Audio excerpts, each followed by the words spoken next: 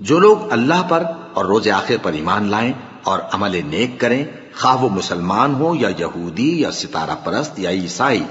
ان کو قیامت کے دن نہ کچھ خوف ہوگا اور نہ وہ غمناک ہوں گے۔ ہم نے بنی اسرائیل سے عہد بھی لیا اور ان کی طرف پیغمبر بھی بھیجے، لیکن جب کوئی پیغمبر ان کے پاس ایسی باتیں لے کر آتا جن کو ان کے دل نہیں چاہتے تھے تو وہ انبیاء کی ایک جماعت کو تو جھٹلا دیتے اور ایک جماعت کو قتل کر دیتے تھے،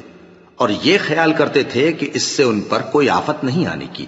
سو وہ اندھے اور بہرے ہو گئے۔ پھر اللہ نے ان پر مہربانی فرمائی، لیکن پھر ان میں سے بہت سے اندھے اور بہرے ہو گئے، اور اللہ ان کے سب کاموں کو دیکھ رہا ہے۔ وہ لوگ بے شبہ کافر ہیں جو کہتے ہیں کہ اللہ مسیح ابن مریم ہی تو ہے، حالانکہ مسیح یہود سے یہ کہا کرتے تھے کہ اے بنی اسرائیل، اللہ ہی کی عبادت کرو جو میرا بھی پروردگار ہے اور تمہارا بھی، اور جان رکھو کہ جو شخص اللہ کے ساتھ شرک کرے گا اللہ اس پر بہشت کو حرام کر دے گا، اور اس کا ٹھکانہ دوزخ ہے، اور ظالموں کا کوئی مددگار نہیں ہوگا۔